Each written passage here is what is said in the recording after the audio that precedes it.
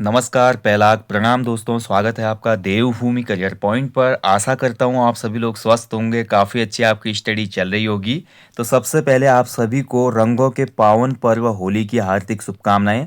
और मैं आप सभी को ब्लेसिंग दूंगा कि होली के रंगों की तरह ही आपके जीवन में जल्दी ही सफलता का रंग भी आए, और जो भी आपकी ड्रीम गवर्नमेंट जॉब है या जो भी आपका लक्ष्य है वो 2025 में ज़रूर पूरा हो। साथ ही अच्छे से इस पर्व को सेलिब्रेट कीजिएगा दोस्तों। पानी का दुरुपयोग ना कीजिएगा ज़्यादा, क्योंकि जल है तो कल है, और रंगों का त्यौहार है तो गुलाल वगैरह से खेलिए अच्छे से होली। ठीक है, तो चलिए अगेन आपको हैप्पी होली। और बाकी आज का टॉपिक शुरू करेंगे। इसके साथ ही उत्तराखंड जी के रिवीजन महाकुंभ हमारा चल रहा था। क्लास 36 में हमने शुरू किया था पृथक राज्य आंदोलन। ठीक है, तो पृथक राज्य आंदोलन में हमने देखा तो कि किस प्रकार से 1938 में पहली बार एक अलग पर्वतीय राज्य की मांग होती है जवाहरलाल नेहरू के पास। और इसके बाद से जो संघर्ष चला था 1994 तक, वो हमने पूरा देखा। कौन कौन सी समितियां बनी थी, कौन से संगठन बने थे, किसने क्या मांग की थी, किसने पत्र बम फेंका था, कौन यूकेडी का पहला विधायक था जिसने उत्तर प्रदेश विधानसभा में प्रस्ताव दिया। तो ये सब बातें लास्ट टॉपिक में डिस्कस हो चुकी है 36वें भाग में। आज का जो टॉपिक रहेगा इसमें हम देखेंगे 94 के बाद उत्तराखंड में क्या हुआ, और ऐसा क्या हो गया भैया कि उसके बाद अगले 6 साल के अंदर राज्य बन जाता है। ठीक है, इतना लंबा संघर्ष चला, इसमें किसी के कान पे जू नहीं रहेगी। लेकिन 94 में कुछ ऐसी घटनाएं हुई जिसके बाद राज्य बनाना ही पड़ा था फिर। ठीक है, तो चलिए इसकी शुरुआत करेंगे। तो जैसे मैंने आपको बोला था, सबसे पहले देखिए 94 में क्या हुआ था। 1994 में जब उत्तराखंड की मांग बढ़ने लगी पृथक राज्य की, उत्तरांचल की, तो उसमें जो उत्तर प्रदेश के तत्कालीन मुख्यमंत्री थे मुलायम सिंह यादव। ठीक है, मुलायम सिंह यादव। तो मुलायम सिंह यादव ने बोला भाई ठीक है, इसके लिए क्या करते हैं, कमेटी बनाते हैं। तो इसके द्वारा एक कमेटी बनाई गई थी 4 जनवरी 1994 को। ठीक है, 4 जनवरी 1994 को एक कमेटी बनाई गई जिसका नाम था क्या, कौशिक समिति। ठीक है, कौशिक समिति। तो समिति को बोला गया भाई जाओ अध्ययन करके आओ, वहाँ पर जो पर्वतीय जनपद है वो, और पर्वतीय जनपदों को देखो संरचना क्या होगी उत्तराखंड की, उसके अलावा उत्तराखंड की जो राजधानी होगी वो कहाँ पे बनाई जानी चाहिए। तो ये सब चीज़ों के लिए कौशिक समिति बनाई गई थी। कब बनी थी, 4 जनवरी 1994 को। और उसके बाद कौशिक समिति ने अपनी रिपोर्ट प्रस्तुत की थी 30 अप्रैल 1994 को। कौशिक समिति ने बोला कि ठीक है, अलग राज्य होना चाहिए। इसके अलावा कौशिक समिति ने बोला कि राजधानी के लिए जो उपयुक्त प्लेस रहेगा वो चमोली का गैरसैंण ही रहेगा। ठीक है, गैरसैंण को ही राजधानी बनाना चाहिए। कई बार ये क्वेश्चन एग्जाम में बनता है कि इनमें से किस समिति ने गैरसैंण को राजधानी के लिए उपयुक्त पाया था। ऑप्शन आ जाता है कौशिक समिति, दीक्षित समिति, उसके अलावा अन्य एक दो समितियाँ हैं, जॉर्ज समिति। तो आपको ये याद होना चाहिए कि गैरसैंण को राजधानी के लिए परफेक्ट बताया था कौशिक समिति ने। ठीक है, तो 30 अप्रैल को रिपोर्ट दी। रिपोर्ट को जो दिया था उत्तर प्रदेश सरकार को इस कौशिक समिति ने, क्योंकि रमाकांत कौशिक इसके अध्यक्ष थे। लास्ट टॉपिक में मैं आपको बता चुका हूँ, रमाकांत कौशिक की वजह से इस समिति का नाम रमाशंकर था। उनका नाम माफ कीजिएगा, रमाशंकर। तो रमाशंकर कौशिक उनका नाम था, इनके नाम पर ही समिति का नाम हुआ। तो इनकी जो सिफारिश थी उसको मुलायम सिंह यादव सरकार ने 21 जून 1994 को क्या किया, एक्सेप्ट कर लिया। ठीक है, एक्सेप्ट कर लिया कि ठीक है भाई, जो आपने सिफारिशें दी है भाई कौशिक समिति ने वो ठीक है। और मुलायम सिंह सरकार ने बोला कि 8 पहाड़ी जिलों को मिलाकर एक पृथक उत्तराखंड राज्य के गठन से संबंधित जो प्रस्ताव है विधानसभा में पास हो गया और केंद्र के पास भेज दिया गया। बोला कि हम केंद्र को भेज रहे हैं, यानी कि 21 जून को ये पास हो गया था कुल मिला के। ठीक है, 94 को। अब 94 में क्या हुआ आपका, जून में ही दोस्तों मुलायम सिंह यादव सरकार ने एक और काम कर दिया। इन्होंने क्या कर दिया कि सरकारी नौकरियों एवं शिक्षण संस्थाओं में आरक्षण की नई व्यवस्था कर दी। ठीक है, आरक्षण की एक नई व्यवस्था को लागू कर दिया। ठीक है, अब नई व्यवस्था में क्या था कि ओबीसी जो थे उनको 27% आरक्षण दिया गया, अन्य पिछड़ा वर्ग जिसमें ये यादव भी आते थे।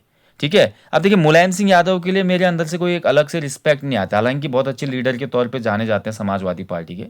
पर इनके टाइम पर ही हमारे राज्य में 2-3 ऐसी घटनाएं हुई जो रोकी जा सकती थी, जिसमें सबसे विभत्स घटना है मुजफ्फरनगर कांड या रामपुर तिराहा कांड। ठीक है, अब बातें देखिए कई होती हैं, आज भी उस पर कई चीज़ें चल रही हैं। अभी पिछले साल ही आप देखते हैं दोषियों को सजा हुई थी, बट जो भी था रोका जा सकता था। तो इसलिए मेरे मन में भले किसी को वीडियो देखने में बुरा लगे, मैं क्षमा प्रार्थी हूँ, लेकिन मुलायम सिंह यादव के लिए हमेशा मन में मेरे एक क्या रहेगी, डिसरिस्पेक्ट रहेगी। ठीक है, ये मेरे मन में है, मतलब मैं अपना भी एक यहाँ पे उत्तराखंडी होने की वजह से मैं ये बात बोल रहा हूँ। ठीक है। तो ओबीसी को 27% इन्होंने आरक्षण किया। उसके बाद देखिए 21% एससी का कर दिया, ठीक है, और 2% एसटी का कर दिया, ठीक है। अब आज आप देखते हैं उत्तराखंड की वर्तमान ओबीसी में जो हमारा रिजर्वेशन है 14% है। सेंट्रल गवर्नमेंट में अभी 27% है, क्योंकि देश बड़ा है तो पिछड़ी जातियाँ बहुत हैं उसमें, ठीक है। बाकी अन्य जो हमारे रिजर्वेशन है ठीक है, जैसे कि एससी का 19% है, एसटी का तो कम ही मिलता है, ठीक है। तो जैसे ही ओबीसी 27% हुआ पिछड़ी जातियों के लिए, तो उत्तराखंड में भी क्या हुआ, अब उत्तराखंड के बच्चे, भाई उस समय उत्तराखंड या उत्तरांचल तो बना था नहीं, यहाँ के बच्चे पढ़ने के लिए लखनऊ जाते थे, कुछ बच्चे प्रयागराज यानी कि इलाहाबाद जाते थे पढ़ने के लिए, ठीक है। कोई आपका रायबरेली जा रहा है, कोई आपका बरेली में जा रहा है, कोई आपका पीलीभीत जा रहा है, कोई मुरादाबाद से पढ़ता था उसमें, क्योंकि हमारे पहाड़ों में तो भैया अच्छे कॉलेजेस थे ही नहीं। हालांकि कुमाऊं यूनिवर्सिटी, गढ़वाल यूनिवर्सिटी की स्थापना हो चुकी थी, लेकिन कुछ ऐसे मैनेजमेंट के कोर्स थे, लॉ के कोर्स थे, जिनको करने के लिए बच्चों को बाहर जाना पड़ता था। इस व्यवस्था से क्या हुआ कि आपका रिजर्वेशन देखिए 27 और 21 कितना हो गया, 48 और 2 50% हो गया, ठीक है, 50% रिजर्वेशन हो गया। तो 50% व्यवस्था होने की वजह से सरकारी नौकरी और शिक्षण संस्थाओं में आरक्षण की इस नई व्यवस्था से जनरल कैटेगरी को लॉस होने लगा, क्योंकि जनरल के अंदर भी आप देखते हैं कि हॉरिजॉन्टल कैटेगरी होती है। तो इसकी वजह से उत्तराखंड में ये नई आरक्षण नीति कहलाती थी उसमें, ठीक है, इसका नाम था नई आरक्षण नीति। तो इस नई रिजर्वेशन पॉलिसी का उत्तराखंड में व्यापक विरोध हुआ, ठीक है, इसका व्यापक विरोध हुआ, और इसको लीड किया था उसमें इंद्रमणि बडोनी जी ने। किसने इसको लीड किया? इंद्रमणि बडोनी जी ने, ठीक है। अब बडोनी जी ने जब ये आंदोलन तीव्र किया, और इसके साथ साथ लोगों में ये भी एक चीज़ फैल गई कि यार ये राज्य वाज्य तो हमारा अलग से बना नहीं रहे हैं, ऊपर से रिजर्वेशन पॉलिसी ला रहे हैं। अब कुछ उस समय क्या होता था कि लोगों के पास अज्ञानता भी थी, किसी ने दिमाग में डाल दिया कि यादवों का भला करने के लिए ऐसी पॉलिसी लाई गई है। हालांकि इसको अतिशयोक्ति भी नहीं बोलूँगा मैं, ठीक है। आप 90 से लेकर जब तक ये पार्टी रही उसका कैडर देखेंगे उत्तर प्रदेश में, तो मोस्टली जगह ग्रुप बी तो नहीं बोलूँगा, ग्रुप सी और ग्रुप डी की जो पोस्ट हैं उसमें आपको ये देखेंगे, ठीक है। तो इंद्रमणि बडोनी ने विरोध किया। लोगों के मन में ये भी था कि पृथक राज्य नहीं बना रहे हैं, तो इसको देखते हुए सबसे पहले क्या हो गया, हमारा पौड़ी गढ़वाल से एक जन आंदोलन शुरू हो गया, ठीक है। तो 2 अगस्त 1994 को पौड़ी से जन आंदोलन इसके संबंध में शुरू हो गया, और यहाँ पर जन आंदोलन को दबाने के लिए पहली शहादत हो गई 8 अगस्त को। 8 अगस्त को पौड़ी में पहली शहादत हुई, और इसमें हमारे जीत बहादुर गुरुंग नामक व्यक्ति मारे गए। जीत बहादुर गुरुंग, ठीक है, जीत बहादुर गुरुंग क्या हो गए, इसमें शहीद हो गए, ठीक है। मारे गए शब्द मैं यूज नहीं करूंगा, जितने भी राज्य बनाने के लिए लोगों ने अपनी आहुति दी वो सब शहीद हैं। तो जीत बहादुर गुरुंग इसमें शहीद हो गए, ठीक है। तो इसके बाद जैसे ये शहीद होते हैं, तो फिर ये जो घटना है, या बोल सकते हैं जो उसमें आंदोलन थे उसमें छात्रों की भी सहभागिता हुई, जिससे आंदोलन और तीव्र हो गया। ये होता ही है, कहीं पे मान लो बूढ़े लोग आंदोलन कर रहे हैं, अगर उसका युवा भी उसका समर्थन करने लगे, उसमें युवा आ जाए, तो आंदोलन की जो है बोल सकते हैं गति तीव्र हो जाती है। तो ऐसा ही कुछ देखने को मिला भैया। और उसके बाद 1 सितंबर 1994 की घटना है। 1 सितंबर 1994 को खटीमा कांड हो गया भाई। खटीमा में क्या हुआ, पृथक राज्य की मांग के लिए शांतिपूर्वक रैली चली थी, कोई ज़्यादा हल्ला उल्लड़ नहीं था, बिल्कुल शांतिपूर्वक एक रैली चल रही थी। और इस रैली में क्या हुआ, आपका पुलिस ने गोली चला दी। अब तभी मैं बोल रहा हूँ ना, पुलिस को गोली की अथॉरिटी किसने दी?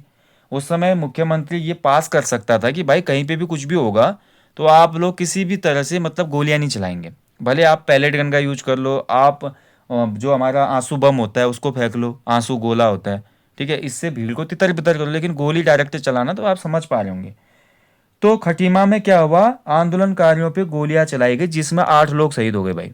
फिर देखिए 8 लोग शहीद, ऐसे ही नहीं बनाया आपका ये उत्तराखंड, इसके पीछे बहुत शहादत है। तो 8 लोग इसमें शहीद हो गए। कुछ नाम थे इसमें, जैसे परमजीत सिंह थे, प्रताप सिंह जी थे, रामपाल जी थे, धर्मानंद भट्ट थे, इसमें एग्जाम में पूछता भी है, ठीक है, नोट कर लो। परमजीत सिंह, प्रताप सिंह, रामपाल, चौथा धर्मानंद भट्ट, पांचवा इसमें आपका भुवन सिंह, छठे इसमें भगवान सिंह सिरोला, सातवें इसमें सलीम अहमद, और आठवें इसमें गोपी चंद। ये 8 नाम थे जो इस रैली में या इस घटना में शहीद हो गए, इसलिए इसको खटीमा घटना कहा जाता है, ठीक है। अब जैसे ही सितंबर 1 तारीख को ये घटना हुई थी, 2 तारीख को ये खबर पूरे उत्तराखंड में फैल गई आग की तरह, और 2 तारीख को मसूरी में भी आपका क्या होने लगा, आंदोलन होने लगा इसके संबंध में, और 2 सितंबर को मसूरी में भी कांड हो गया भाई, ठीक है। 1 सितंबर को गोलियां चली थी यहाँ पे, 2 सितंबर को हमारा मसूरी में भी क्या हो गया, कांड हो गया। तो मसूरी में जो झूला घर है वहां पर विरोध प्रकट करने के लिए जो रैली थी, तो रैली में उत्तेजित जो लोग थे उन्होंने एक गलती कर दी कि पुलिस पर हमला कर दिया उन्होंने। ठीक है। रैली को गुस्सा आ गया भाई, हमारे लोगों पे गोलियां चलाई गई, हमारे लोग शहीद हो गए। तो लोगों ने विरोध के लिए पुलिस पर थोड़ा छींटाकसी हो गई।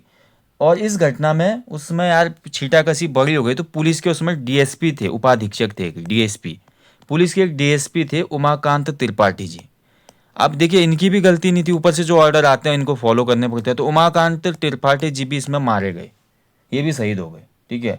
और इसमें देखिए आपका हमारे राज्य के और अन्य कुछ लोग मारे गए, जिसमें हमारे 8, जहाँ पे भी मारे गए अपने राज्य के लोग बोलूंगा तो माफ कीजिएगा, शहीद शब्द होना चाहिए, तो 8 लोग फिर से शहीद हो गए। इसमें कौन कौन थे, तो इसमें धनपत सिंह जी थे, मदमोहन ममगाई जी थे, ठीक है, राम सिंह बंगारी थे, इसमें बलबीर सिंह नेगी थे, उमाशंकर त्रिपाठी थे, बेलमती चौहान, ये कई बार एग्जाम में बनता है, बेलमती चौहान थी, इसमें महिलाएं भी थी पहली बार, देखिए बेलमती चौहान, और इसमें एक महिला और थी हमारी हंसा दनाई।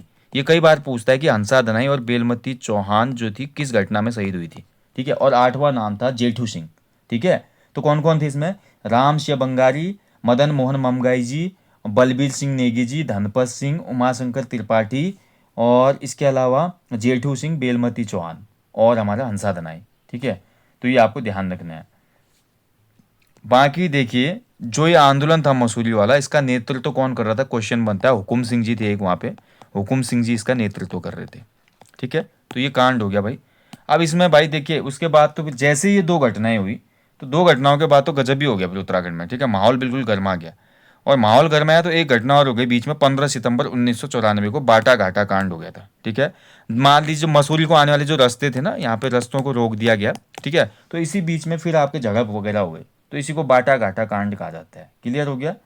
और इसके बाद देखिए सितंबर के बाद क्या होता है आपका, 15 सितंबर के बाद एक डेट हो रहा है 18 सितंबर की। 18 सितंबर 1994 को क्या हुआ हमारा, कि आपका उत्तराखंड जो छात्र युवा संघर्ष समिति थी उसका गठन होता है। 18 सितंबर 1994 को छात्र युवा संघर्ष समिति, ठीक है, ये स्थापित होती है उत्तराखंड में समिति।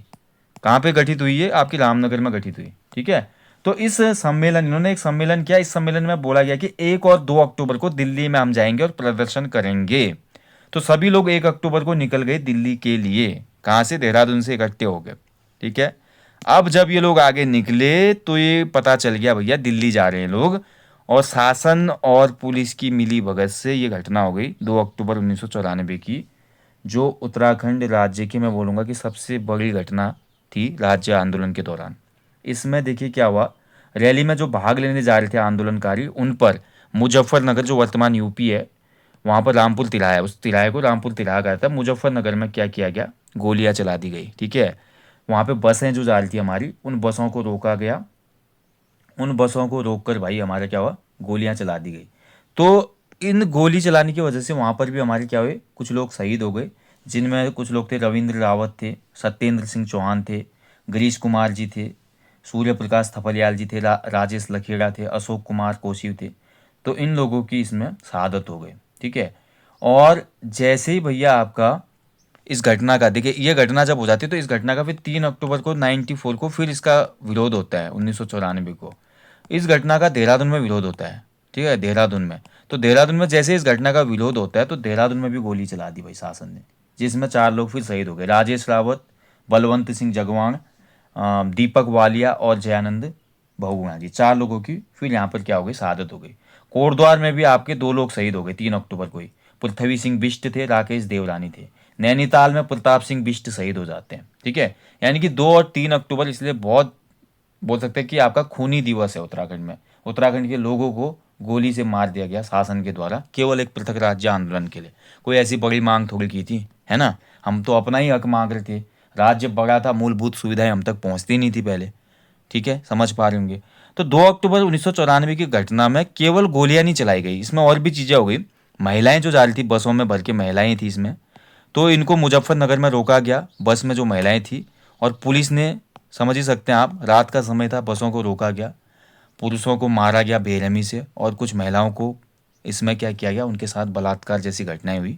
महिलाएं बोला जाता है कि खेत की तरफ दौड़ी थी, इसमें गन्ने के खेत थे जहाँ पे उनको रोका गया था, तो गन्ने के खेत में ले जाकर महिलाओं के साथ बहुत सी गलत घटनाएं हुई। आप समझ सकते हैं ना, आप प्रदर्शन के लिए जा रहे हैं, गाँव की महिला कितनी सीधी होती है, और उसके साथ इतनी यहाँ पे विभत्स घटना हुई। और ऐसा मतलब बोल सकते हैं कि जो उस समय उत्तर प्रदेश पुलिस के जो लोग थे, पीएसी के जो लोग थे, उन्होंने ये घटना की और शासन ने कोई एक्शन नहीं लिया इसके खिलाफ। ठीक है, तो कई महिलाएं तो ऐसी थी कि जो आसपास के गांव में जब महिलाएं पहुंची ना अपनी जान बचा के, ये लोग क्या करते कि रेप करने के बाद मारने की भी कोशिश करते हमारी महिलाओं को। तो महिलाएं जब आसपास के गांव में पहुंची तो वो निर्वस्त्र थी। आप सोचिए कैसी कंडीशन रही होगी। ठीक है, और जिस भी पुरुष ने बचाने की कोशिश की महिलाओं को तो उसको मार डाला। तो ये बहुत मतलब बोल सकते हैं कि मुजफ्फरनगर घटना, इसके बाद पूरा देश शेयर किया था इस घटना का, तो बहुत ज़्यादा देश में भी हो हल्ला हुआ था। और मैं मानता हूँ यहाँ पे, तभी मैं बोल रहा था कि जैसे टॉपिक शुरू हुआ कि इस घटना का पूरा जिम्मेदार मुलायम सिंह यादव ही था एक हिसाब से। ठीक है, उसी के इशारों पे सब चीज़ हुई थी। इसके बाद ये चीज़ें हुई, चलिए जो भी है। और इस घटना में जो भी लोग मरे, जो भी शहीद हुए लोग, उनको हम श्रद्धांजलि देते हैं आज भी। उन्हीं की वजह से हमारा राज्य अस्तित्व में आया। हालांकि आज भी राज्य खतरे में, और आप जान ही रहे हैं, ना भू कानून, ना मूल निवास, और ना हमारे पहाड़ शब्द को लेकर जो आज एक कंट्रोवर्सी हुई है, लोगों ने एक खाई सी बना दी है। ठीक है, यही चीज़ उस समय भी तो हो रही थी, तभी तो हमने अलग राज्य मांगा था। अलग राज्य में भी वही चीज़ें हो रही, तो इनकी शहादत तो फिर हमारी ख़त्म हो गई ना। क्या फ़ायदा इनकी शहादत का, बताइए। उन्होंने तो शहादत दी अपनी राज्य बनाने के लिए। तो इसके बाद देखिए आपका 26 जनवरी 1995 को एक घटना और होती है। 26 जनवरी 1995 को हमारा गणतंत्र दिवस चल रहा था। इसमें हमारा दिल्ली में सुरक्षा घेरे को पार करके कौशल्या डबराल और सुशीला बलूनी, ये नाम महत्वपूर्ण है, सुशीला बलूनी जी, आंदोलनकारी, बहुत इंपॉर्टेंट नाम है। तो कौशल्या डबराल और सुशीला बलूनी जी वहाँ घुस गई इसमें, और उन्होंने बोला जय उत्तराखंड। ठीक है, तो जय उत्तराखंड यानी कि हमें उत्तराखंड चाहिए, अलग नारा लगाए। आप देखिए जो भी हमारे पृथक राज्य आंदोलनकारी हैं वो उत्तराखंड शब्द यूज कर रहे हैं, समझ रहे हैं ना आप। इसीलिए राज्य का नाम फिर 2007 में चेंज होता है, यही रीज़न था। बीजेपी के घोषणा पत्र में तो उत्तरांचल था, लेकिन आंदोलनकारियों को सम्मान देने के लिए, उनकी शहादत को सम्मान देने के लिए हमारा 1 जनवरी 2007 से राज्य का नाम उत्तराखंड रखा गया। ठीक है, सुशीला बलूनी जी का उपनाम था ताई जी, ताई जी भी कहा जाता था इनको। ठीक है, ध्यान रखेंगे, उत्तराखंड की आयरन लेडी भी कहा जाता है इनको, याद रखिएगा। उसके बाद देखिए श्रीनगर के बीच में श्रीयंत्र टापू है। श्रीयंत्र टापू में भी भाई 10 नवंबर को एक घटना हो गई। पृथक राज्य आंदोलन जो कर रहे थे, अनशन पे जो हमारे बैठे हुए थे आंदोलनकारी, हमारे यशोधर बेंजवाल जी, यशोधर बेंजवाल जी, और साथ ही हमारे कौन, राजेश रावत जी, इनकी भी मृत्यु हो गई। ठीक है, ये भी शहीद हो गए यहाँ पे। और पुलिस ने लाठी चार्ज किया और सिर में वगैरह लाठी मार दी इनकी, बेंजवाल जी की और रावत जी की।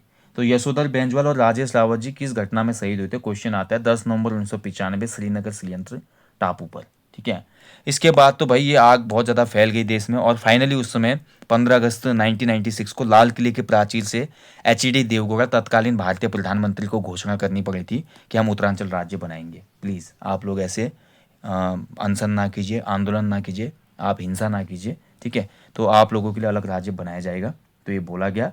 और 1998 में राष्ट्रपति के माध्यम से उत्तराखंड राज्य संबंधी विधेयक उत्तर प्रदेश विधानसभा में भेजा गया। ठीक है, और जैसे ही भेजा गया तो फिर उत्तर प्रदेश सरकार ने देखिए ये विधेयक पास वगैरह किया, जो संरचना थी उसको दिया, कौशिक समिति की रिपोर्ट के आधार पर ये चीज़ें हुई। फिर एक जॉर्ज कमेटी भी बनी उस बीच में, उधमसिंह नगर को शामिल किया जाए या नहीं किया जाए, ये चीज़ें हुई थी। तो जॉर्ज कमेटी, दीक्षित कमेटी बाद में बनेगी, अभी कौशिक जो समिति थी इनकी रिपोर्ट के आधार पे सब चीज़ें क्लियर हो गई। फाइनली 1 अगस्त 2000 को उत्तरांचल विधेयक जो था आपका लोकसभा में पारित हुआ, 10 अगस्त को राज्यसभा में पारित हुआ, और 28 अगस्त 2000 को राष्ट्रपति ने इस पर साइन कर दिए। ठीक है, तो उसमें तत्कालीन राष्ट्रपति कौन थे, KR नारायण थे। तो ये क्लियर हो गया। तो यहाँ पर आप देखेंगे भैया आपका हमारा 28 अगस्त को जैसे मतलब राष्ट्रपति जैसे साइन करते हैं, तो उसके बाद हाँ एक क्वेश्चन ये भी बनता है कि सबसे पहले उत्तर प्रदेश पुनर्गठित विधेयक जो था लोकसभा में प्रस्तुत कब हुआ, क्योंकि 1 अगस्त को तो पास हो रहा है, वो प्रस्तुत हुआ था आपका 27 जुलाई 2000 को। 27 जुलाई 2000 को ये प्रस्ताव प्रस्तुत हुआ था लोकसभा में, और पारित हुआ था 1 अगस्त को, राज्यसभा में 10 अगस्त को। ठीक है, ध्यान रखेंगे। और फाइनली दोस्तों हमारे शहीदों की शहादत की वजह से और आंदोलनकारियों ने जितने जो अन्य आंदोलनकारी हैं आज भी हमारे बीच में हैं, उनके एफर्ट से 9 नवंबर 2000 को 27वें पर्वतीय मतलब 27वें राज्य के रूप में और 11वें हिमालयी राज्य के रूप में उत्तराखंड का निर्माण हुआ। उसमें उत्तरांचल नाम था, और इसकी जो राजधानी बनाई गई देहरादून, उसमें अस्थायी राजधानी बनाई गई। ठीक है, ध्यान रखेंगे। तो 9 नवंबर 2000 को 27वें भारतीय गणतंत्र के 27वें राज्य के रूप में उत्तराखंड राज्य का गठन हुआ। तत्कालीन नाम उत्तरांचल था, राजधानी बनी अस्थायी टेम्पररी देहरादून। उसके बाद देखिए मैं जैसा कि आपको बता चुका हूँ, कांग्रेस की सरकार थी, एन डी तिवारी जी मुख्यमंत्री थे। राज्य आंदोलनकारी पहले से उत्तराखंड शब्द का प्रयोग करते थे, इसलिए उनको श्रद्धा देने के लिए, उनको सम्मान देने के लिए दिसंबर 2006 में उत्तरांचल नाम परिवर्तन विधेयक लाया गया, जिसको हमारी संसद ने पास किया और 1 जनवरी 2007 से हमारे राज्य का नाम उत्तराखंड हो गया। ठीक है, जैसा कि हम पढ़ते हैं ना, संघ और राज्य क्षेत्र वाला जो हमने टॉपिक पढ़ा था, तो संघ और राज्य क्षेत्र में हमने पढ़ा है कि संसद जो है, किसी भी राज्य का नाम परिवर्तन करना होता है तो उसमें संसद की अनुमति आवश्यक होती है ना। संसद जरूरी है, उसमें संसद ही कर सकती है नाम चेंज। तो संसद में लेकिन साधारण बहुमत से, ठीक है, इसमें कोई 2/3 नहीं चाहिए होता, कोई अमेंडमेंट नहीं होता कॉन्स्टिट्यूशन के आर्टिकल 368 के तहत। केवल साधारण बहुमत के हिसाब से ही नाम चेंज हो जाता है। लेकिन कोई भी राज्य अपनी मर्जी से अपना नाम चेंज नहीं कर सकता, अपनी भौगोलिक सीमा चेंज नहीं कर सकता, उसके अलावा अपने राज्य को विघटित करके उसमें 1 या 2 राज्यों का निर्माण नहीं कर सकता। हर चीज़ के लिए आपको अनुमति चाहिए संसद की। और जो हमारे संविधान में देखिए संघ और राज्य क्षेत्र हैं, आर्टिकल 1 से लेकर 4 तक इसमें मेंशन ही सभी बातें की गई हैं। क्लियर दोस्तों, तो ये आपको पता होनी चाहिए, महत्वपूर्ण है। ठीक है, तो तभी मैं बोलता हूँ जो जीएस का हमारा कोर्स चल रहा है अभी आजकल, एक शानदार कोर्स मैंने आपके लिए शुरू किया है। अगर आपने न्यू कॉम्बो कोर्स लिया है तो उसमें तो जीएस इंक्लूडेड है, लेकिन आपने केवल हमारा अभी तक उत्तराखंड जीके या हिंदी का ही कोर्स पढ़ा है, तो आप केवल जीएस वाला कोर्स लीजिए। ओनली जीएस कंप्यूटर और रीजनिंग वाला कोर्स भी मैंने लॉन्च कर दिया है, उसमें पॉलिटी चल रही है, बड़ी शानदार तरीके से आपको समझ में आएंगी चीज़ें। ठीक है, चलिए इसके बाद देखिए आपका 4 मार्च 2020 को मुख्यमंत्री त्रिवेंद्र सिंह रावत द्वारा गैरसैंण था चमोली का, गैरसैंण चमोली को क्या किया गया, हमारा ग्रीष्मकालीन राजधानी बनाने की घोषणा हुई और 8 जून 2020 को गैरसैंण हमारी ग्रीष्मकालीन राजधानी बन गई थी भाई। ठीक है, तो ये आप याद रखना, ये महत्वपूर्ण है। तो फाइनली हमारा राज्य बन गया, लेकिन राज्य बनने के लिए दोस्तों जो ईंटें लगी, देखिए जब ब्रिटिश काल चल रहा था तो एक बहुत बड़ी क्रांति हुई थी जिसको रक्तहीन क्रांति बोला गया, रक्तहीन क्रांति। इवन ब्रिटिशर्स ने हमारे लोगों पे गोली नहीं चलाई, आप सोचे ना इस चीज़ को। ब्रिटिशर्स ने, भले जो भारत छोड़ो आंदोलन था उस समय हुई थी 1-2 घटनाएं, ठीक है, सालम वगैरह में, बट जो मेन बड़ी क्रांति थी वो भी ऐसे हो गई थी घटित, जबकि एक अलग राज्य की मांग के लिए उत्तर प्रदेश सरकार के द्वारा या शासन के द्वारा लोगों पे इतनी बेरहमी से हर जगह गोलियां चलाई गई। एक सोचने वाली बात है कि हर जगह आवाज़ दबाने के लिए ताकि लोग डरें, लेकिन एक पहाड़ी सब पे भारी भाई। पहाड़ का आदमी कहाँ डरता है, पहाड़ के भीतर पहाड़, बलवंत सिंह मनराल जी ने बोला है। अरे पहाड़ का आदमी इतना मजबूत होता है भाई, वो पहाड़ की चोटी पे बैठ के जब खाई भी देखता है ना, तो वो सोचता है कि मैं जब जंप भी करूंगा इतनी दूर से तो बचने के तरीके क्या होंगे। वो ये नहीं सोचता कि मेरी मौत हो जाएगी नीचे कूद के। तो पहाड़ का आदमी वाकई में, जो एक ऐड भी आता है माउंटेन ड्यू, डर के आगे जीत है, वो हर पहाड़ी में होता है जो सच्चा पहाड़ी होगा। तो ऐसी चीज़ें हुई थी उसमें।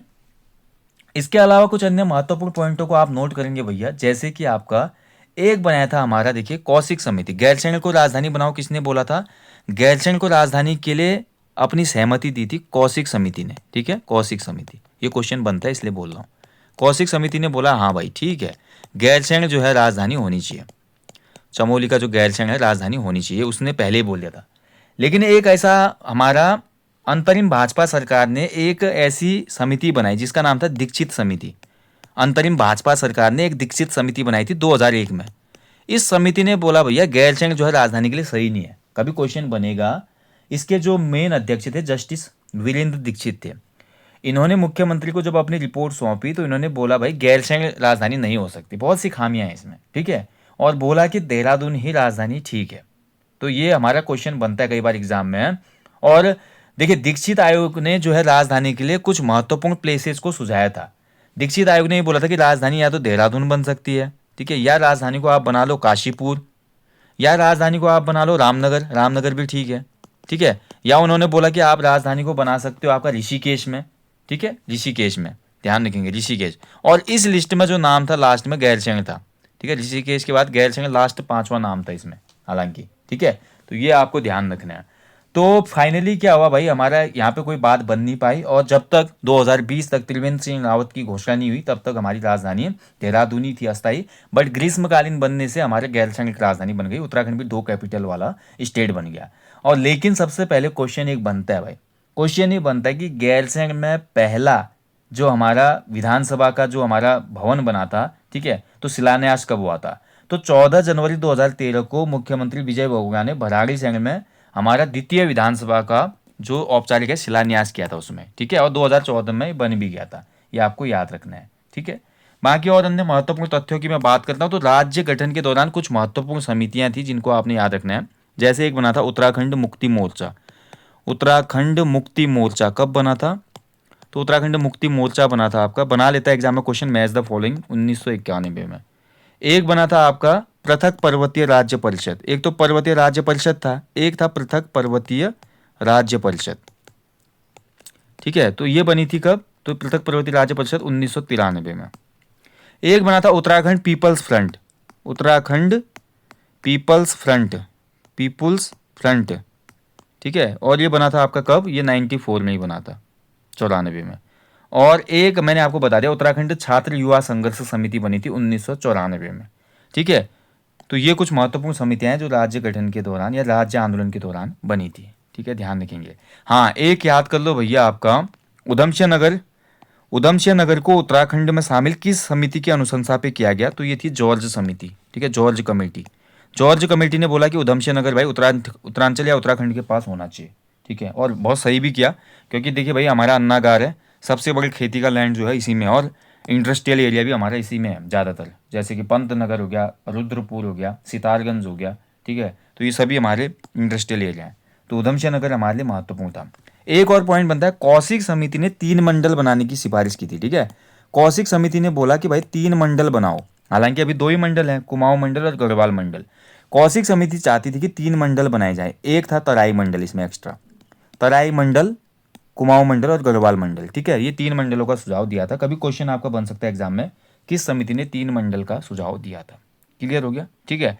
तो जब हमारे कौशिक समिति ने तराई मंडल बनाने की बात की, जब कौशिक समिति ने बोला कि 3 मंडल होने चाहिए, तो तराई जो था ये लोग चाहते नहीं थे।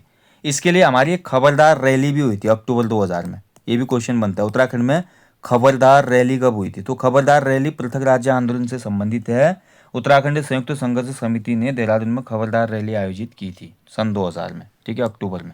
तो ये भी ध्यान रखिए। चलिए दोस्तों, तो ये था भैया आज का पृथक राज्य आंदोलन, आपका यहाँ पे समाप्त हुआ। उत्तराखंड या उत्तरांचल राज्य अस्तित्व में आया, और फाइनली दोस्तों हमारा इतिहास खत्म हो गया, ठीक है।